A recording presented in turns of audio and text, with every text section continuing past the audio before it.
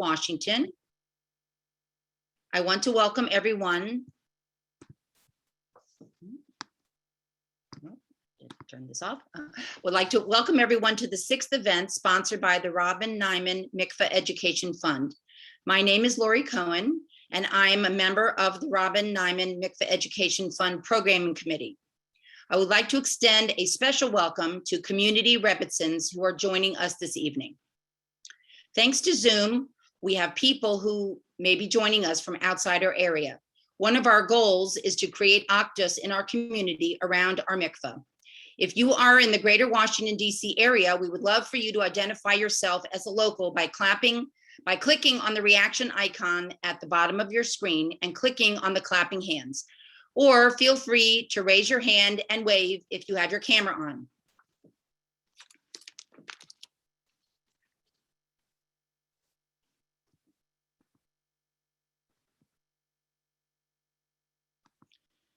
And for our local audience, here is a heads up that you will soon be receiving an email invitation to our annual fundraising event in support of the Mikvah Emunah Society. You can place an ad in our online journal to show support for the work of the Mikvah Emunah Society, and we hope to come together at an in-person event in the spring. As we emphasize each year, user fees alone do not cover the cost of our operations. We depend on you to ensure that the mikveh remains an integral part of the Jewish life and of our local Jewish community. Your contributions ensure that we have funds to keep a safe environment for women to feel secure, maintain our state-of-the-art facilities and equipment, provide a clean and welcoming environment for all. We're putting a link in the chat to www.mikvahemunah.com, and you can click there to make your contribution.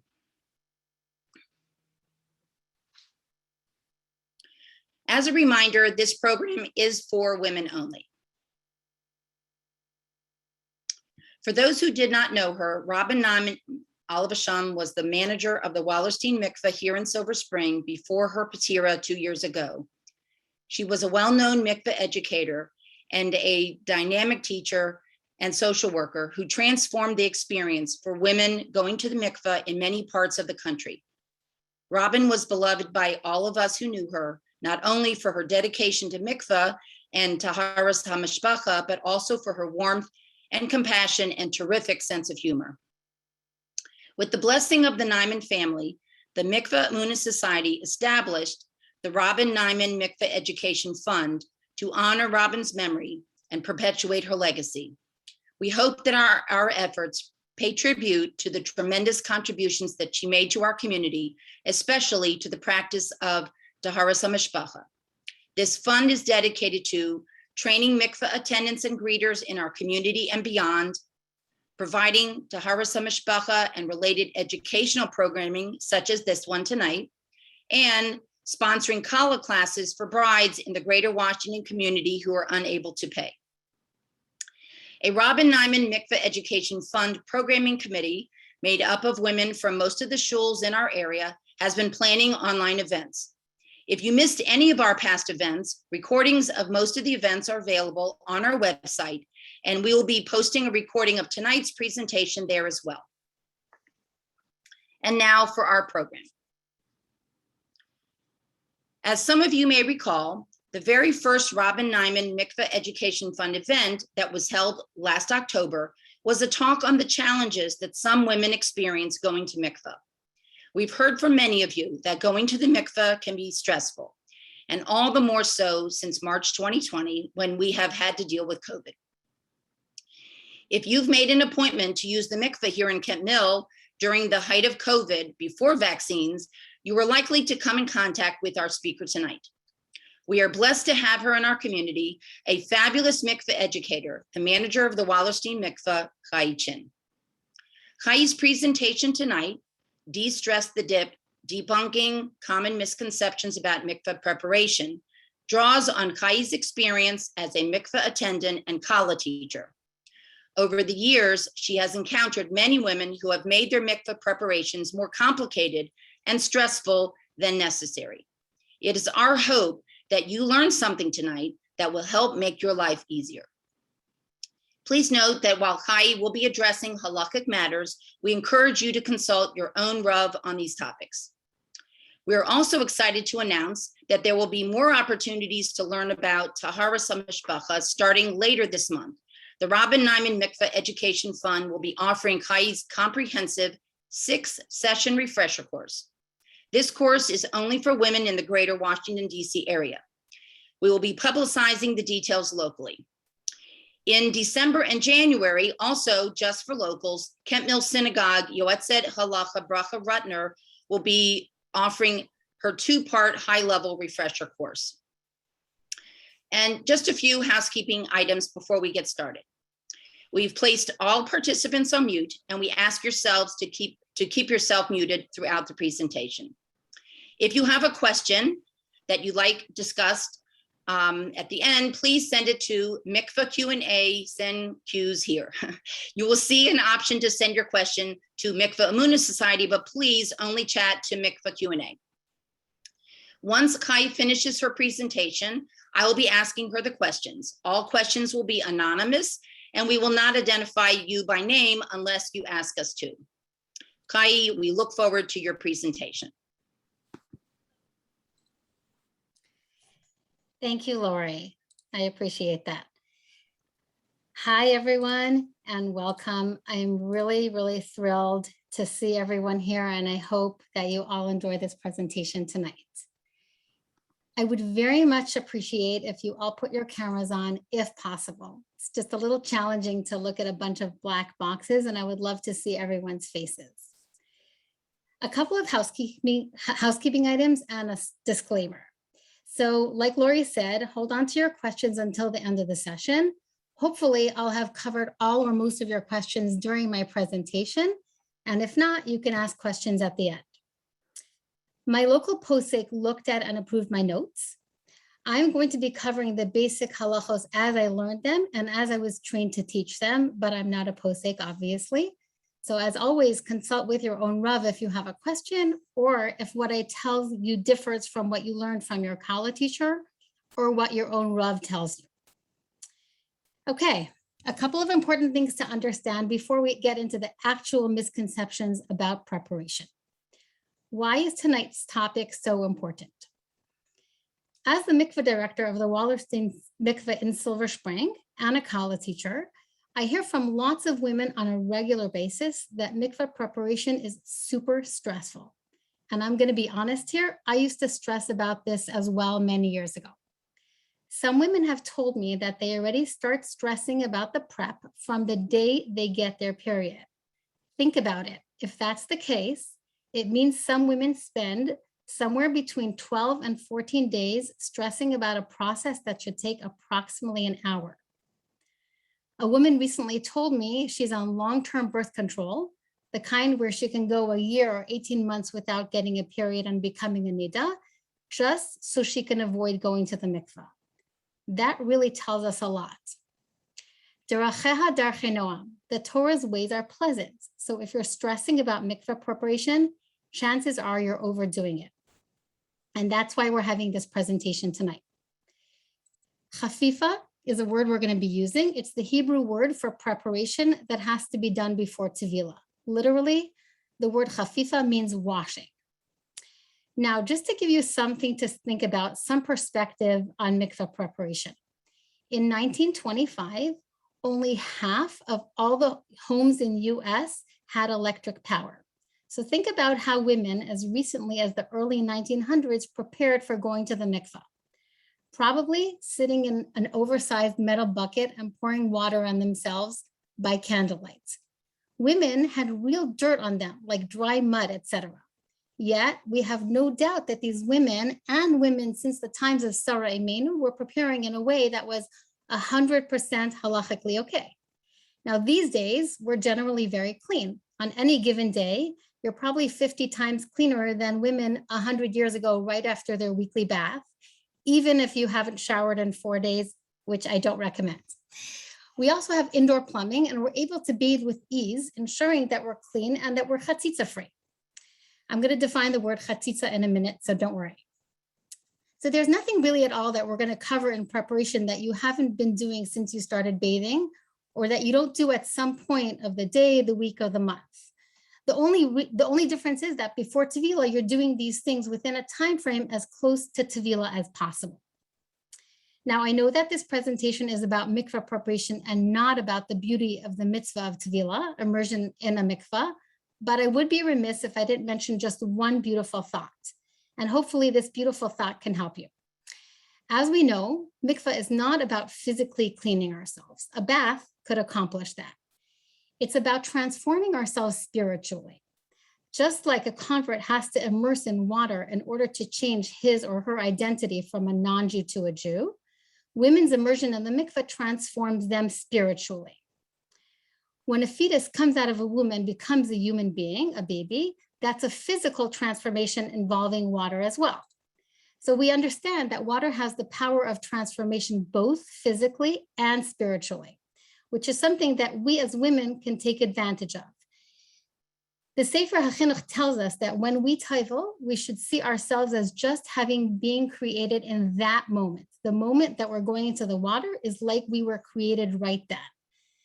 So this is a monthly opportunity to be like newborns with a clean slate. You literally have a mini Yom Kippur each time you go to the mikvah. So try if you can to connect to this process of renewal next time you go to the mikvah. Okay, there's the end of the beautiful thought. Now, here are some basic principles of chatzitza that we have to understand in order to understand the misconceptions. The definition of chatzitza. Chatzitza literally means a barrier. It's a barrier between the body and the mikvah water. It's something that doesn't belong on your body.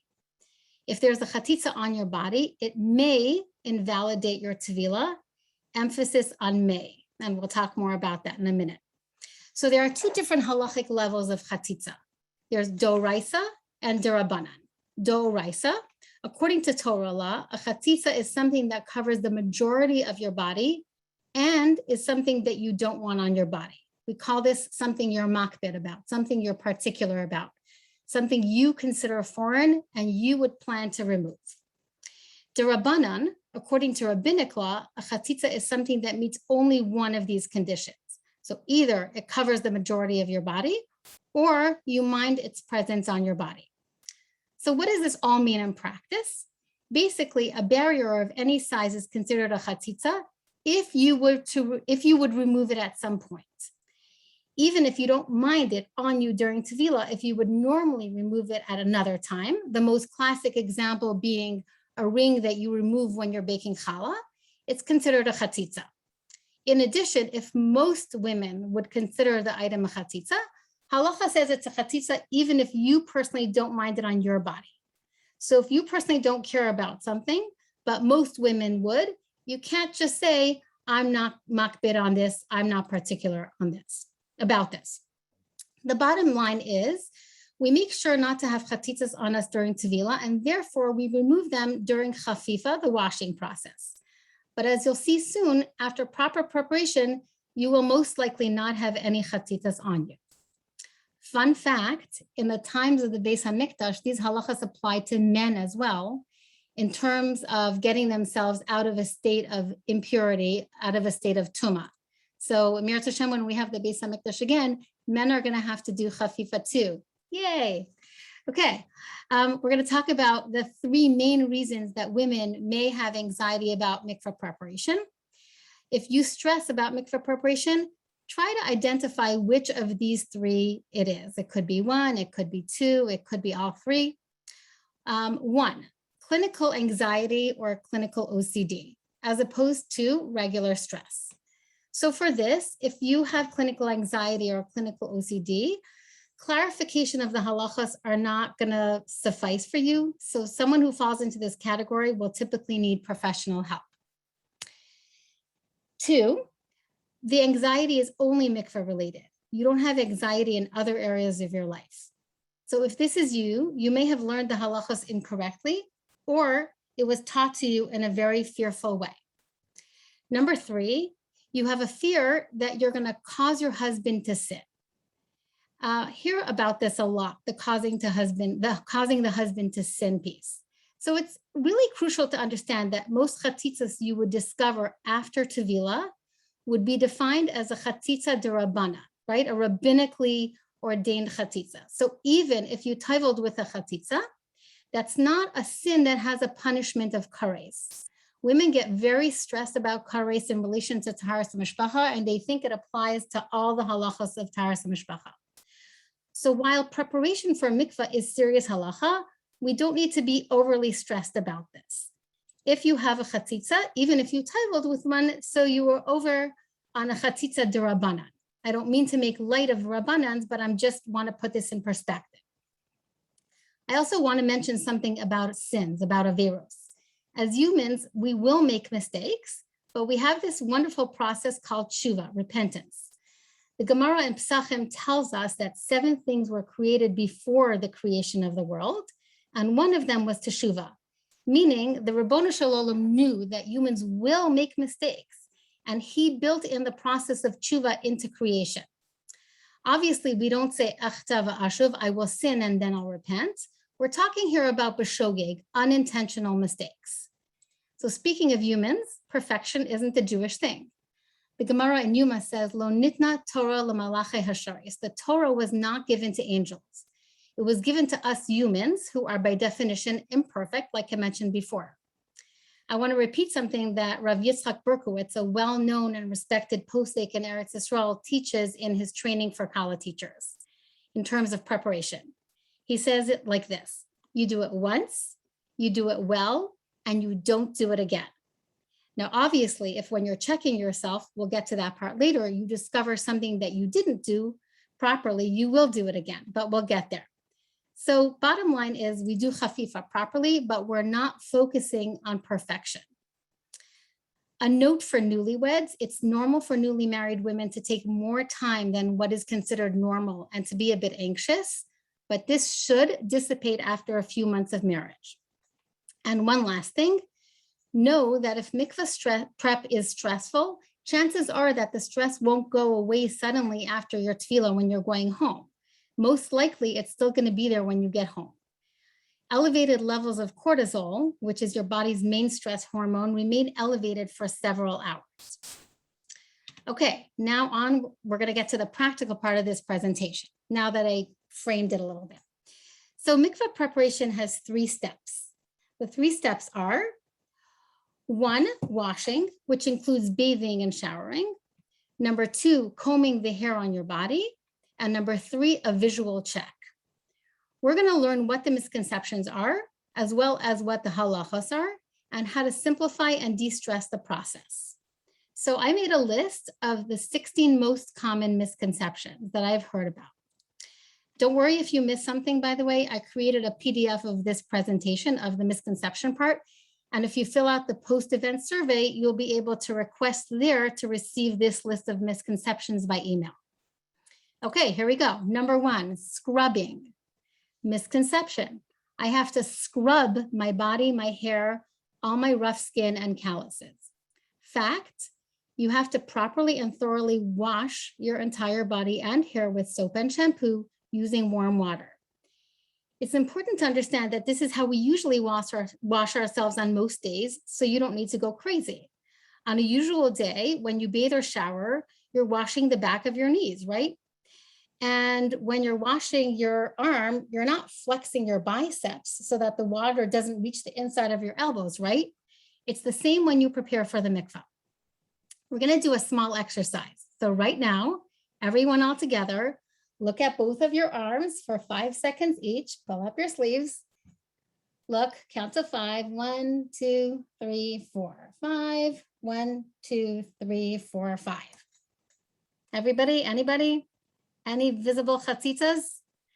So remember how we defined chatzitza, something that doesn't belong on your body, or you don't want it there, or something that covers the majority of your body. Chances are you have no chatzitzas, and this is before you bathed and showered in preparation for the mikvah.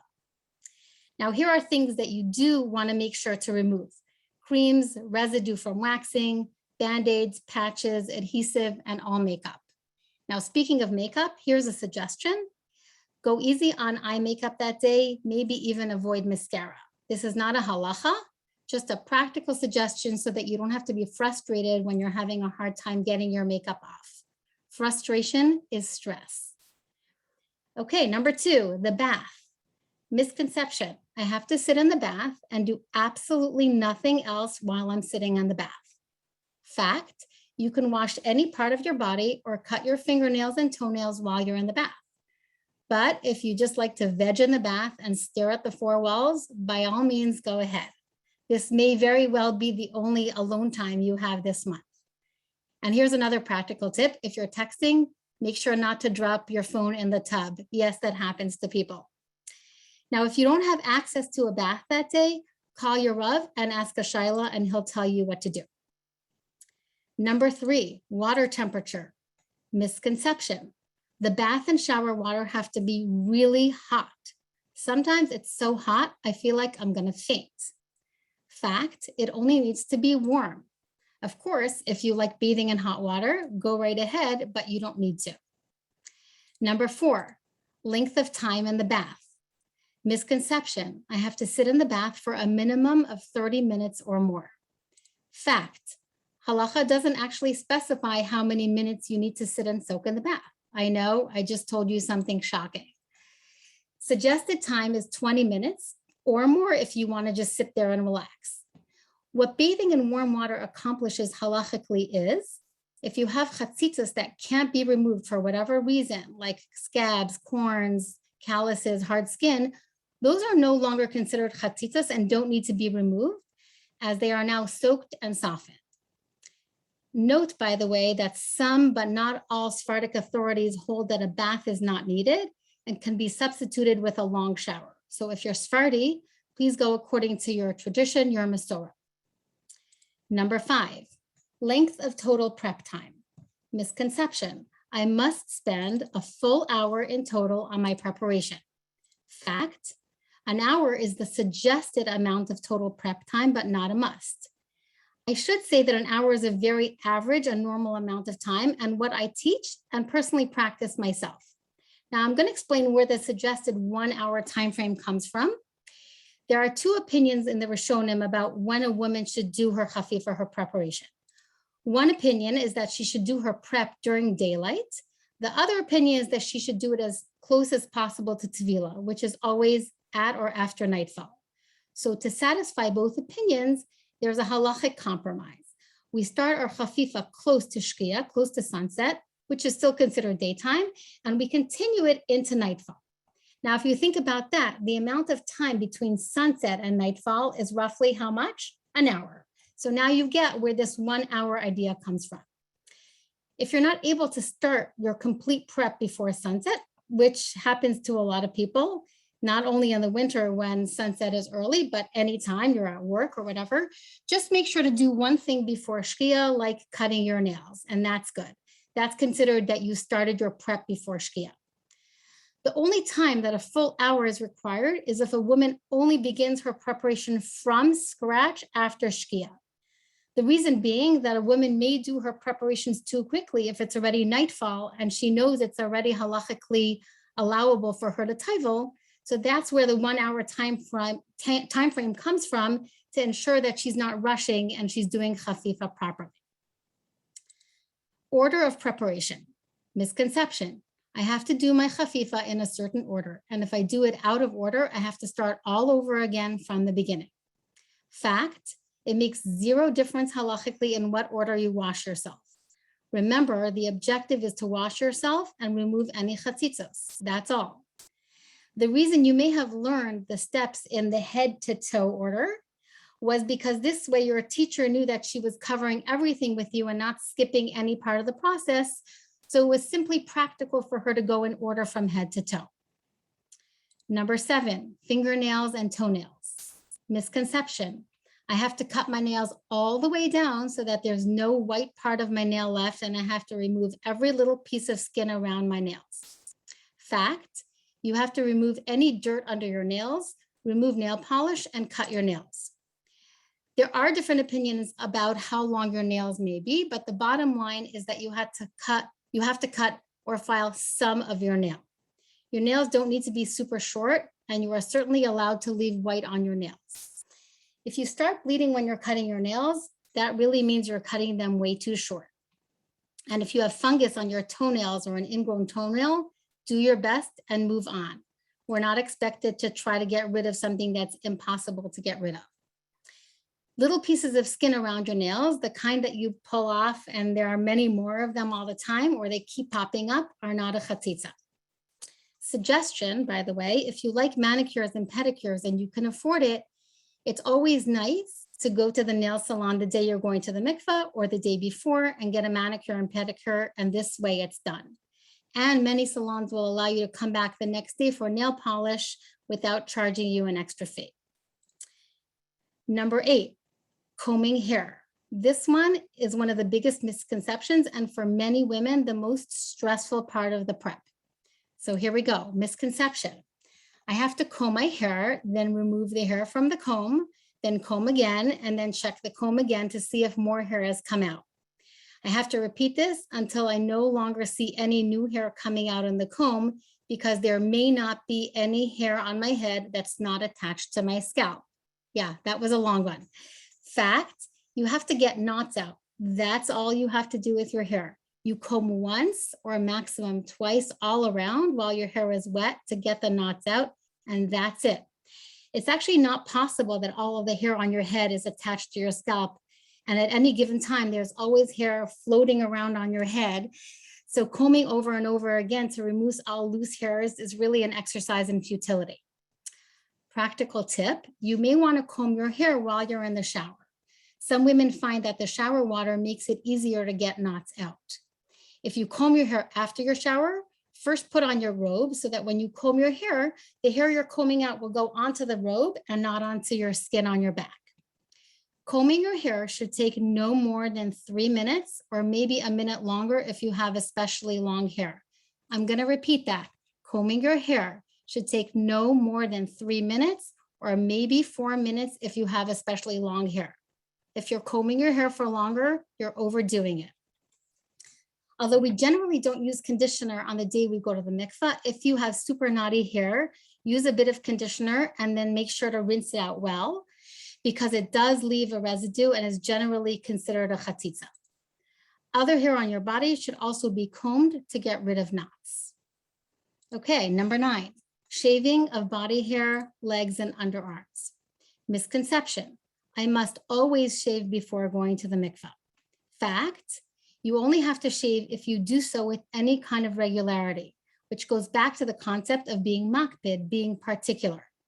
So if you yourself consider body hair something that doesn't belong there and you always remove it, you would have to shave.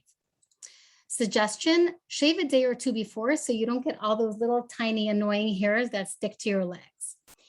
If you can't shave a day or two before, you may shave on the day you're going to the mikvah, but wash off those small hairs. Note, Sephardim seem to be stricter about shaving, so if you're Sephardi, please go according to your tradition in this area. Number 10, belly button, misconception. I have to dig deep into my belly button with a Q-tip to scrub it well. Fact, clean it like you normally do when showering, making sure there's no visible chatzitza. Number 11, your nose, misconception. I must keep blowing my nose until I'm sure there's no moisture at all in there, or I have to put a Q-tip up my nostrils to clean my nostrils out. Fact, you blow your nose once to get the mucus out. No Q-tips and no need to stick a tissue inside your nose either. Number 12, genital area. Misconception, I have to wash deep inside my genital area. Fact, you only have to wash the vaginal and anal openings. Number 13, dry peeling skin. Misconception, I have to remove every piece of dry or peeling skin. Fact, you're not required to remove those. This goes under the category of what we call ein ladavar sof. There's no end to the matter. Only large pieces of hanging skin need to be removed, like the kind you would remove if you have this large piece of hanging skin and you're saying, this is ugly, I gotta remove it. This also applies to peeling skin on your lips in the winter. Many of you may have lots of dry lips and lots of peeling skin, and you'll never finish getting it off. Practical tip, if you have dry skin and you know you're gonna have a hard time ignoring those pieces of skin, use hand cream often during the week preceding your mikvah visit so that by the time that you get to the mikvah, your hands are not dry. Number 14, using the bathroom. Misconception. I must urinate to empty my bladder before Tavila, whether or not I feel the need to. Fact, you only need to use the bathroom if you have the sensation that you need to urinate. Number 15, rinsing / showering, referring to the shower you take right before Tavila. Misconception, I have to take a long shower and wash myself all over again with soap and shampoo, even if I use soap and shampoo in my bath. Fact, this is just a rinse off. No shampoo and soap again, even if you bathe at home. This shower should take 5 minutes or less, and you should comb your hair after the shower or in the shower like we said. And the final one, number 16, checking yourself, what we call iyun in Hebrew. Misconception, I must keep checking in the mirror really hard over and over again in order to find chatzitzas. Fact, you're looking for anything that's an obviously visible chatzitza. If you find something, remove it. Obviously, you've already removed jewelry, glasses, contact lenses, dentures, hearing aids, rings, and the Nuva ring, a method of birth control, basically anything you weren't born with. In front of the full-length mirror, lift each of your arms and glance, briefly check your hands, the bottoms of your feet, and the rest of your body. You will definitely notice if you have a visible chatzitza when you look at yourself in the mirror. It's almost impossible not to. Check your back in the mirror as well as one can look at their back. Quickly feel your back for chatzitzas with your hands. Note, by the way, about this step of checking yourself, which we call iyun. This step of checking yourself is a necessary doraisa halachic component and cannot be omitted. It's actually the only doraisa part of chafifa. Now, it's not the attendant's responsibility to check you. It's actually your own responsibility to check yourself. At some mikvahs, the attendants check you automatically without asking, depending on your mikvah and your city. And at some mikvahs, the attendants give you the choice and ask if there's anything you would like for them to check. So if it makes you very uncomfortable to go to the mikvah because the attendant is automatically gonna check you without asking, you could say, thank you very much, I checked myself properly on my own. Now, I want to be clear, there's nothing wrong if you do want the attendant to check you. That's totally fine. And attendants are ready, willing, and able to help you with that. I would say that the majority of women want the attendant to at least check their backs because most of us don't have eyes on our backs. Bottom line, this step is a necessary quick glancing over and should take 1 to 2 minutes maximum. Okay, we finished with the 16 most common misconceptions that I'm aware of. Other things that women generally don't have misconceptions about, but I'm mentioning these so now we've included everything that is part of the chafifa process. Your ears, if you use a Q-tip, just be careful. Don't go too deep inside. Earring holes, if you have pierced ears, sometimes you can develop like some crust on the back of your ear. So just remove the crust with your fingers or stick an earring post into your hole and the crust is going to come out on the other side. And your teeth, brush your teeth once and floss once. And a practical tip about floss, don't use a cheap brand of floss because it can tear and stay in your teeth and that's not fun. So we basically went through the whole chafifa process. Now, although this presentation is about chafifa, here are 2 common misconceptions related to actual Tavila that I want to mention, the actual immersion. Touching the walls, like hitting the walls for a second or for a few seconds during Tavila, this is not a problem. It doesn't matter because for a kosher Tavila, all you need is that your entire body, including all of your hair, has to be immersed in the water all at once for just 1 second. So the attendant's only job is actually to make sure your entire body is immersed. She's not going to say kosher if your Tavila has not been done properly. So if one of your Tavilos is not done properly, she'll certainly ask you to redo that one. So knowing this should help alleviate the fear that your Tavila was potentially not kosher. So again, you're going down, you're touching the wall for a second, but it doesn't matter because you've been immersed already for 1 split second, your entire body has been immersed. The second misconception about actual Tavila is you're not required to check your hands between each Tavila to make sure nothing is on them. You checked your hands in the Iyun step, in the checking step, and there's no reason to think that you got dirt on your hands between one Tavila and the next. Okay, now post Tavila, again, these are not chafifa misconceptions, but 4 items that are often part of mikvah stress for women.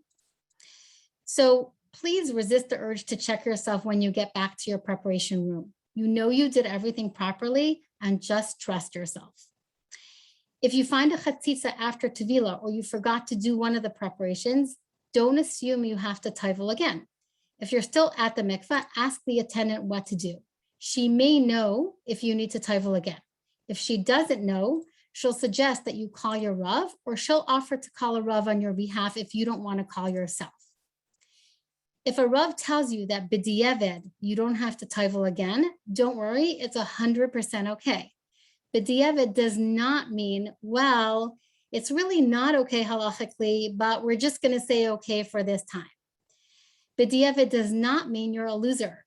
B'diavad means it's not the ideal way we would do it, but after the fact, it's still halachically acceptable. Also, if you're told to Tavil again, you'll probably be told that you should not say another bracha. If you discover something after you've already gone home, call your Rav and ask what to do, or have your husband call for you.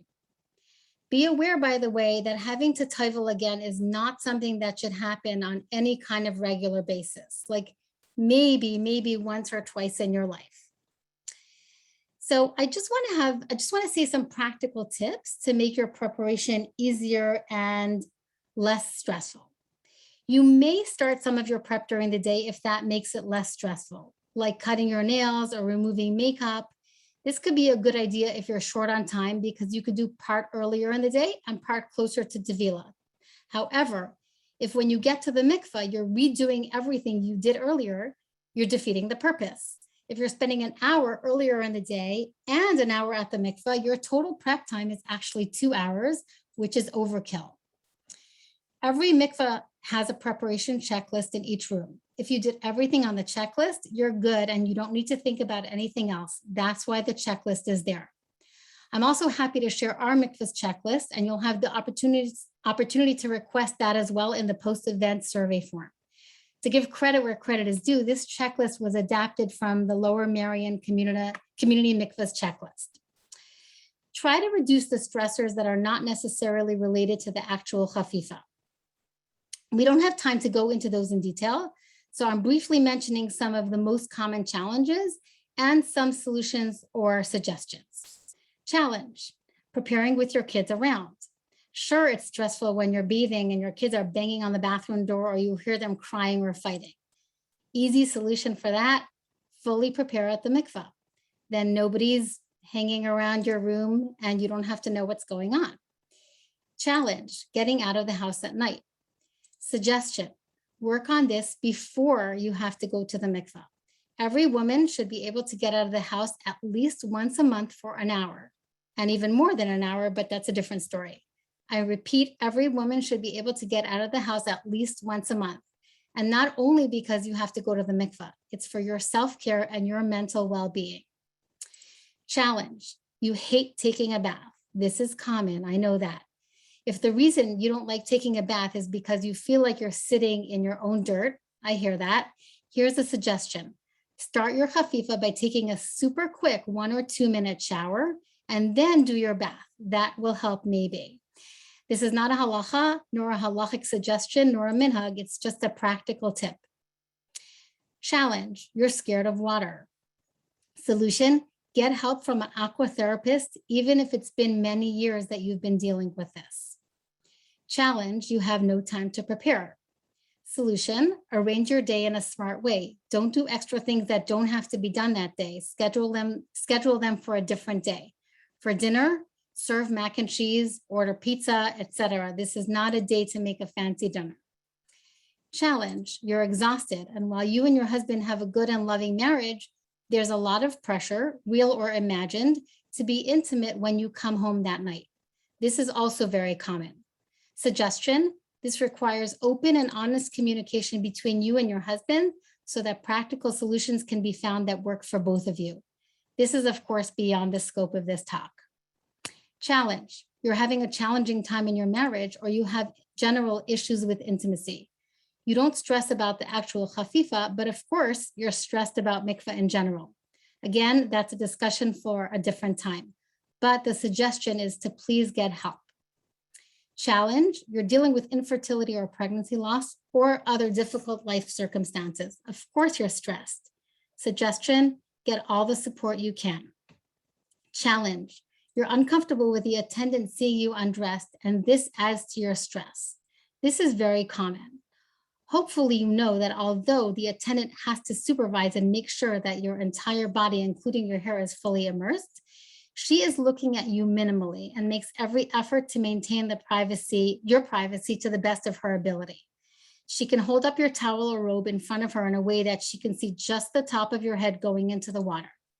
She's also not thinking about your body. All she's thinking is that she wants to facilitate your kosher Tavila and get you back to your prep room ASAP. It may also help you to think that she also needs an attendant to supervise her Tavila when she herself uses the mikvah. Challenge. You have a lot of self-imposed pressure to feel spiritual and or to love going to the mikvah. However, you may not love going to the mikvah and the experience is just not spiritual for you. This is quite common, so don't beat yourself up about it. The fact is that you're doing a mitzvah just by immersing in a mikvah. I love what Rebbetzin Rivka Slonim always says about what you may feel when you're in the mikvah. She says, how will you feel? You'll probably just feel wet. So now, of course, I'm not saying that there aren't women who love going to the mikvah, or there aren't women who feel that the experience is spiritual. If you feel that way, that's fabulous. That's amazing. It would be nice if everyone felt that way. But the reality is that's not necessarily the case. So we're done with the other stressors. I do want to mention a fabulous book by Rabbi David Aryeh Kaufman. It's called the Taharas Hamishpacha Workbook, a program for overcoming mikvah-related anxiety. It's helpful even if someone doesn't have clinical anxiety or clinical OCD. And it has a great prep timetable that adds up to an hour or less, where he goes through every step of the preparation and he suggests how many minutes it should take, down to the half a minute sometimes. Lori is going to post a link to the book on Amazon. She's going to post it in the chat. So to summarize, mikvah preparation does not have to be stressful or complicated. It can be calm and stress-free, even enjoyable and joyful. How you experience it is, for the most part, very much up to you. Even if you've been stressed about this for many years, it doesn't have to be your truth forever. You can change it. And keep in mind that mikvah preparation is just one step in the entire tahara process. So hopefully I've clarified some misunderstandings, and the next time you go to the mikvah, you can take some of these lessons with you.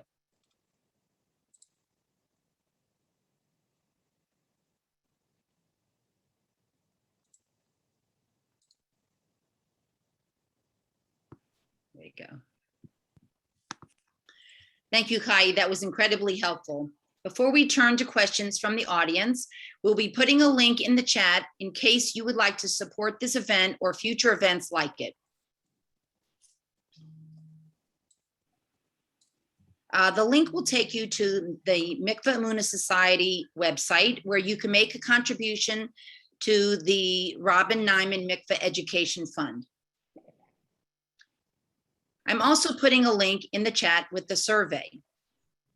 We would like to get your reactions to this program.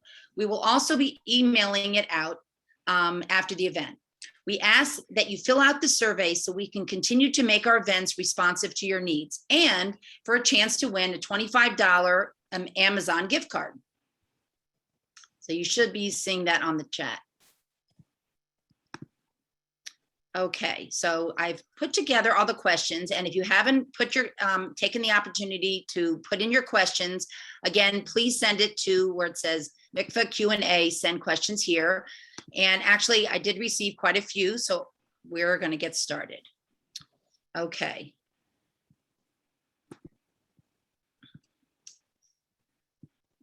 I've always been confused about the pre-Tavila shower. If I showered at home, after my bath and right before coming to the mikvah, is it halakhically necessary to shower again at the mikvah? I've also heard that you can just do an extra dunk instead of the shower. Then during the height of COVID, I thought about this question even more because none of us were showering at the mikvah and it seemed acceptable to just come and dunk. Okay, that's a great question. So it's actually a custom to shower again briefly at the mikvah with warm water prior to Tavila and not a halacha. So I'm aware that some women will do a pre-dunk instead of the shower. I actually have not been able to find a source for that despite having looked for it. And actually today I was chatting with some veteran college teachers and nobody seems to know a source for that. The only thing is that if a woman's hair is not very wet, her first immersion, her first dunk can be invalid as maybe her hair hasn't gone all the way down under the water. Because once your hair is wet, the water in it weighs it down, and then usually the hair goes fully under the water for the next Tavila. But even if that's the case, then your first Tavila, if it wasn't okay, the attendant will tell you that wasn't okay, please redo it. Okay, thank you. Okay, is it necessary to remove every bit of mascara residue? So if you can't get your mascara off and it's really not coming off, again, it goes into the category of if you're a makbid. So if it really doesn't bother you and you try to get it off, no, you don't have to. The other thing I want to mention about mascara is sometimes women are like, I'm not sure if I got it all off, and they keep rubbing and rubbing their eyes. So this is should be obvious, but you take a cotton ball and then you look at it, and if there's black on it, that means on the cotton ball, that means there's still mascara and black on your eye. And once it comes out clear, that means it's gone and you don't have to keep wiping your eye all the time. Okay, thank you. It sounds like the bath is just for soaking. I've always thought I should be washing myself in the tub with soap and then using the shower just to make sure that I didn't get any dirt or anything on myself in between bathing and showering, because I always bathe at home. Is that incorrect? Yeah, so the bath is really primarily for soaking. Most people just like to soap themselves in the bath, sort of to not waste time. But the bottom line is that you just have to wash your body with soap and warm water. So you could do it in the bath or in the shower. It doesn't really make a difference what you do. Okay. Okay, so we actually have two questions that I sort of combined about nails. And then we have another question later about nails too. Okay, if nails are already very short, do you need to do anything more to it? And a similar question, I bite my nails. So as a result, they never have a clean, fresh, smooth, and filed look. It's jagged with very questionable hangnails, bits of skin, and I don't like it. And I really can't fix it. What do I do? Okay, so if your nails are already short, many poskim say that you just have to take a nail file and literally make a new surface on your nails. That should go really fast. Here's a nail file, whatever. It's a big nail file, it's my phone. And you just go pass it over the edge of your nail, and there you've made a new surface, which is equivalent to cutting your nails. Now, in terms of biting your nails, if they never have a clean, fresh, smooth, filed look, and it's jagged, what does that mean? That means that you're not makbid. That's not a hakpada for you. You're not particular about that. So it's fine. Bits of skin, nails, cuticles. It sounds like whoever's asking this question is being a little too particular about their nails, because you're saying it looks yucky and bothers you, but there's no end in sight. So does it bother you on a regular basis? Like every morning when you leave your house, do you say, oh my gosh, I can't leave my house because my nails are ugly? So that's the best I can do to answer that question, but it sounds like you're being too particular about it in terms of mikvah preparation. Okay. If you wash and comb your hair at home, do you need to wash and comb your hair again at the mikvah? Okay, so if you're taking a shower at the mikvah, yes, you should comb your hair again, because often your hair will get knots in it as a result of taking a shower. If you're not showering again at the mikvah, yes, you should comb your hair to make sure that there are no knots in it. Think about this. It's a preparation that you did that can get undone. Like I would say that that's the one thing that can get undone. You know, sometimes you brush your hair, you take out all the knots, and like 10 minutes later, you have knots in it. So combing your hair is what you should do as close as possible to actually immersing in the water. Okay, regarding the 1 hour for preparation, must you prepare for 1 hour if you start in the evening? What if you've completed your preparation in less time, your hair is short, for example? Okay, so I'm hesitant to answer this question because this has been a question that's been told that you should ask your Rav. What I'll say is ask your Rav about this. You don't have to ask every single time.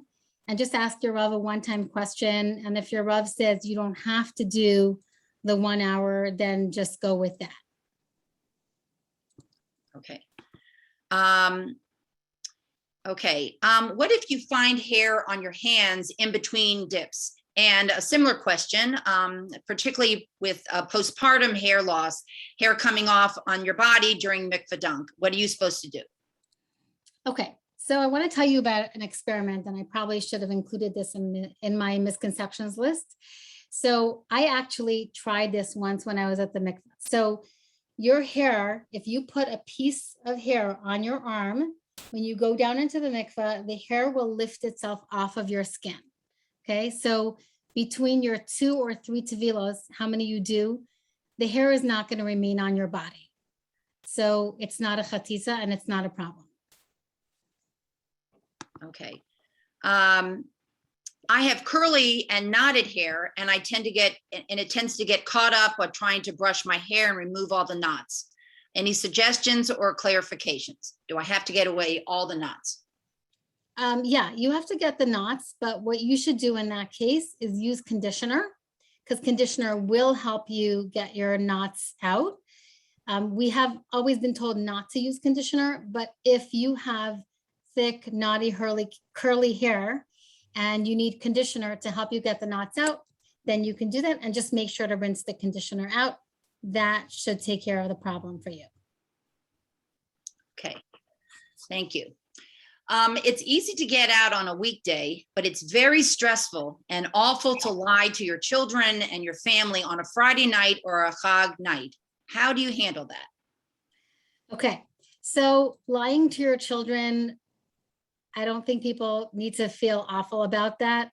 You're going to do a mitzvah, and it's okay. You could tell your children that something that's not true. That's not a problem. It is stressful to get out on Friday night. How do you handle that? You just do the best you can. You figure out a plan in advance. You have 7 days to figure it out. You say you're going to visit a friend. You say somebody needs help. You're going to do a mitzvah, something like that. I don't want to get into the Friday night Tavila question here because it's not so related to chafifa. But I know it's stressful and it's doable. You just got to get creative and figure it out with your husband. Okay. Okay, here's another nail question. Can you toivel with nail polish? Okay, this is a very, very common question that we hear these days. So the answer to that is there are different opinions from rabbis, and there are different mikvaos that have different policies. I really don't want to get into that topic right now because there are too many different opinions about this.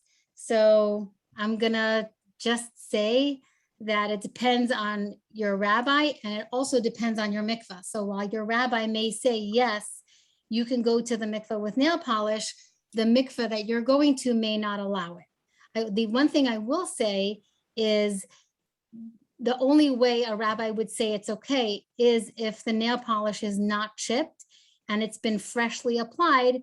So that could be considered like it's not a chatitza because it's really well done. And that's really the most I can say about nail polish right now. Okay, thank you. I know you're supposed to prep for a Saturday night or Motzi Chag appointment on Erev Shabbos or Chag, but I simply can't and I just don't. Is it truly required to prep then? It's simply just very stressful. I do all the prep after Chag or after Shabbos, which is less stressful. Is that wrong? That's totally fine. I find this fascinating actually, because you would think that it would be preferable to start your prep from scratch after Shabbos or after Yom Tov is over, right? You have less of a chance of something getting undone. But halacha tells us that we should do it before Shabbos or before Yom Tov, because after Yom Tov or after Shabbos, you may rush your preparations because it's already nighttime, it's already dark, and you know that it's already the time for Tavila, and you may not do it properly. But it is completely fine to start from scratch, Motzei Shabbos, Motzei Yom Tov. It's not a problem. You don't even have to think about it for 1 minute. If you can't do it Erev Shabbos or Erev Yom Tov, it's 100% okay to do it afterwards. Okay. I'm not sure if the last time I was the mikvah that a proper check was done after a shower and combing my hair. Was my Tavila invalid? So that's a question for a Rav actually, because if you remember, we were speaking about the Iyun step, the checking step, and that's one step that could potentially invalidate a tefillah. It's a question you have to ask a Rav. A Rav will typically try to ask you questions and say, maybe you looked in the mirror, like he'll ask you more questions about that, and maybe indeed it was okay. That's not something that I can answer. Okay, so here are 2 questions that are similar about the mikvah attendant. I'm not a fan of the idea of a mikvah attendant, and I understand why, but I simply just don't like someone being there. One thing that was done during COVID was that we got in the water while the attendant was outside, and then told her when we were in the water. I was told that we possibly could still do this post-COVID if we asked the attendant. And sort of as a related question, if there is an attendant in the room with you, is it okay to face the wall and not the mikveh attendant when I'm dipping? Okay, thank you. I'm going to address part B. Is it okay to face the wall? You can face any direction you want. It makes no difference. The mikveh attendant has to be able to see you immersing. So from where she's standing, she can see from whatever direction you're, whatever direction you're facing. Most people, I'll say, face away from the mikveh attendant. I would say that's like 95% of the people. So it's totally up to you. In terms of the other question, so our rabbis have told us that we should go back to the mikveh attendant being in the room. They feel that lechatchila, ideally, that is the best way. So during COVID, we did a lot of things that were not lechatchila. We did them b'diavad, like other areas of halacha. We had no choice. We had to make adjustments because of COVID. But now that COVID is over, we are going back to attendants being in the room. I do want to point something out. I understand that an attendant standing outside of the room feels like you have more privacy, but in reality, as a mikvah attendant, I'm there once a week. We can't, if anything, actually, when I'm standing further back, like by the door of the mikvah room, I have more space and I can potentially see your body more than if I'm standing up close and holding a towel right here, and there's not so much space in between me and the woman who is toiling. Okay. Yeah. Okay. All right, I'll go to this question next. Okay. If you need to use the bathroom after you completed your bath and shower, do you need to shower again? So no, the answer is you do not need to shower again. Just wash your vaginal area, just to make sure like that you don't have like toilet paper stuck on you or anything like that. So just like go to the sink, splash some water on yourself, and you're all good. Okay.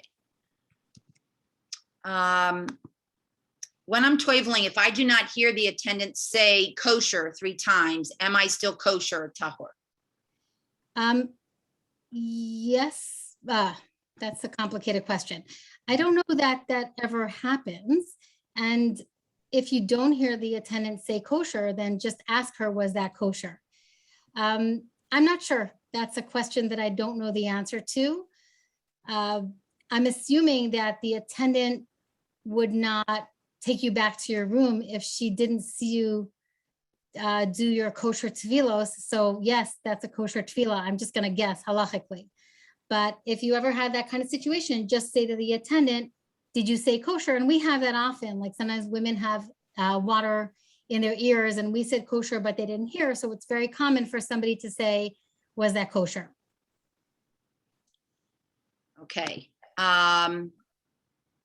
Okay, so there was actually two questions about the nails again. Okay, one is, I hate filing my nails. I just can't handle the way that it feels. Is there anything else I can do? And also, how many days in advance can you cut your nails? I thought I heard something about 3 days before. Would I still then have to make a new surface of nail with the nail file? Okay, so in terms of hating to file your nails, you can cut them with a nail clipper. It doesn't have to be with a nail file. The reason I said nail file is because some people don't want to cut their nails. So you can use a nail file instead of a nail clipper. So if you don't like the nail file, then use a nail clipper. And how many days in advance can you cut your nails? There's a difference of opinion. Some people say it has to be done that day. Some people say the day before. Some people say up to 2 days in advance.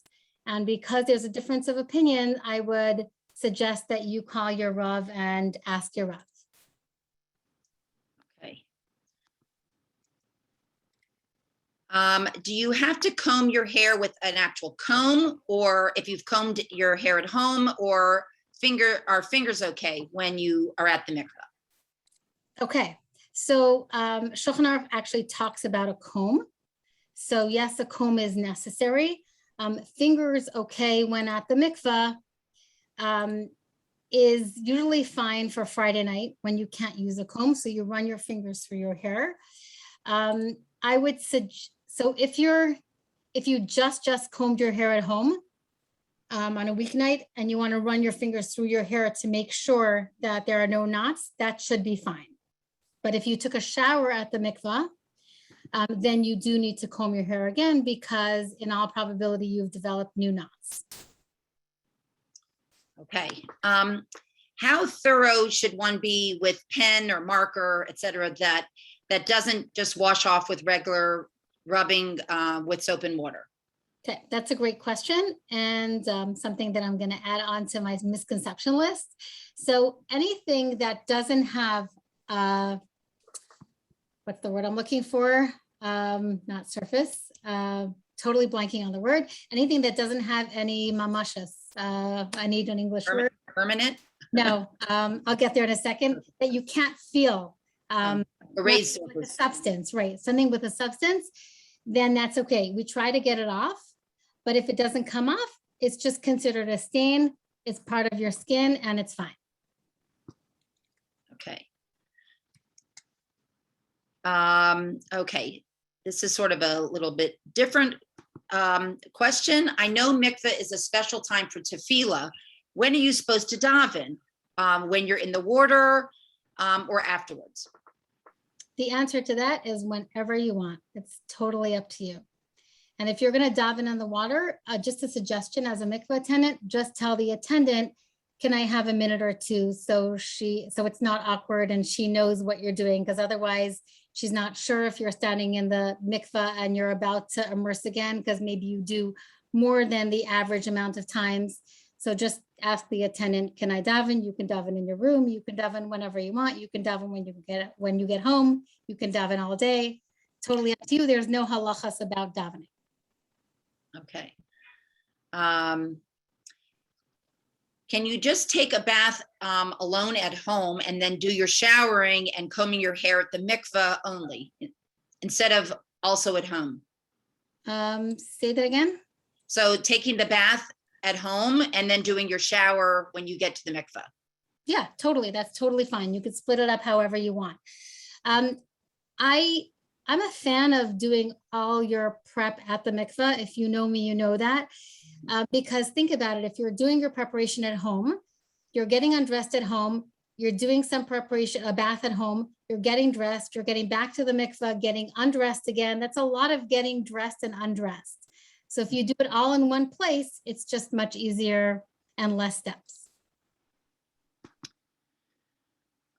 Okay, are you allowed to talk in between the dips? Like, can I ask a question to the attendant about your dip in between, or are you not supposed to talk until you're finished? Okay, so you're supposed to try not to talk. If you do talk, don't worry about it. The dip and the bracha that you should try not to speak between is the first dip, the bracha, and then the second dip, because that's sort of like all one sequence. It would be the same concept of washing your hands for hamotzi and not talking until you eat challah or bread. But if you did talk, don't worry about it. That does not invalidate your Tavila in any way. Okay. Can I eat foods that get stuck in my teeth, like meat or popcorn, the day of the mikvah, and then just brush and floss my teeth very well? Yeah, you may eat foods that get stuck in between your teeth. I would suggest avoiding those, just so that you shouldn't have to stress about getting it all out with floss. But there's no halacha saying that you're not allowed to. It's just a practical suggestion not to. I just want to say something. I see people are chatting me. If you chatted me directly with a question, I'm not looking at the chat. So send it to Mikvah Q&A, send Q's here, because I can't listen to Lori asking me questions and read the chat at the same time. Okay, I know that we're going to post the link to the book, but if you could just tell us the name of the book again. We had 2 people asking for the book that you recommended. Sure, I'm gonna put it in the chat right now.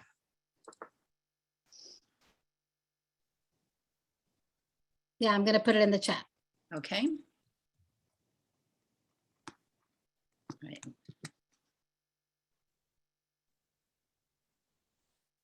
Okay, go ahead.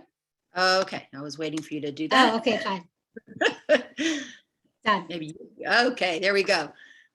So there's the name of the book and the link to get it on Amazon. Okay, the next question. If you squeeze your eyes or your mouth really shut tight while toiling, does that invalidate the Tavila? No, it doesn't invalidate the Tavila as far as I know, but you should just loosely close them. Your eyes and your mouth are, in halachic terminology, are called beis hastarim, a closed place. So we wash them, we make them ra'ui l'tefillah, so that if they were open, they would be affected by the tefillah, so to speak. But it's okay if they're if your mouth and your eyes are shut tight. Nevertheless, you shouldn't be shutting them tight. Okay. Okay, so Chayie, you just said that it was okay to eat meat on mikvah day, but you might avoid it. Isn't it a minhag to not eat meat or to not need challah dough? Oh, my bad. I think that when somebody was saying food that could get stuck in your teeth, was meat part of the question? Yeah. So if meat was part of the question, sorry about that, I missed that. Then yeah, we should not, it's a custom not to eat meat on mikvah day. So you should avoid eating meat on the day that you're going to the mikvah.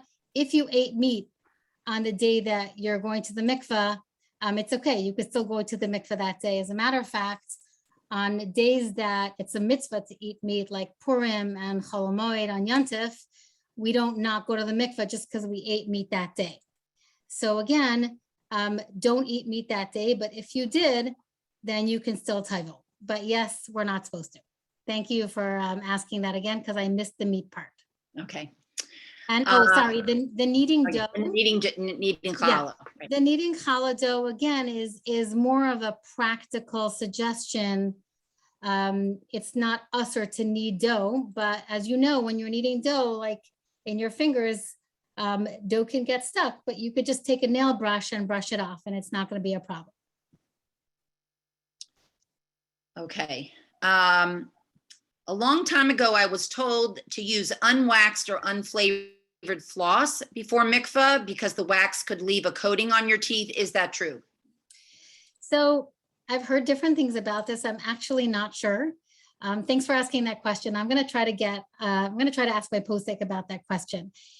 It sounds to me like it's probably not a big deal at all, but at mikvos, generally, the floss is unwaxed. Unflavored, I'm not sure what unflavored has anything to do with it, but unwaxed, most mikvos just have regular unwaxed floss.